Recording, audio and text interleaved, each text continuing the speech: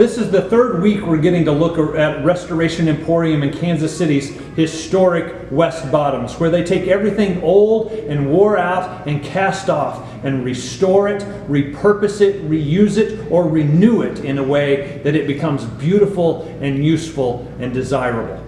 You know, one of the things I love about antiques is that they have character and history. What may have once been thrown out or considered old-fashioned, well, that just means that it's interesting. It's okay that antiques look a little worn and carry some dings and dent. Each one of those scratches tell a story. And there's a lot of rust and chipped paint around this place. I mean, if this stuff could talk. I remember once my spouse Sarah acquired an ugly old piece of furniture that nobody wanted. But when she stripped off the paint, there was this beautiful woodwork underneath. People are like this, aren't we? What might be considered our weakness may also become our greatest source of strength. Maybe we have a lot of experience in some area. Now that can make us impatient with folks who don't have so much experience, certainly a weakness. Or we can use our experience to teach others. Maybe we have some negative life experience like addictions or broken relationships or even abuse.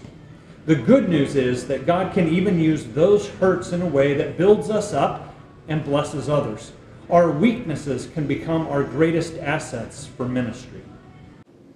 Many of us have history that we are not leveraging to build God's kingdom here on earth.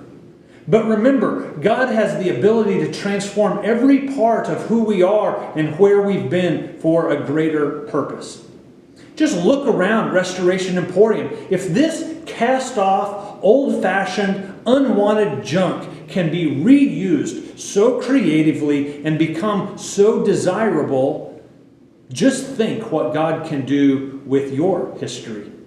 Imagine what God can do with your dings and dents. Just imagine how you might be reused. Let's take a look at the scripture for today.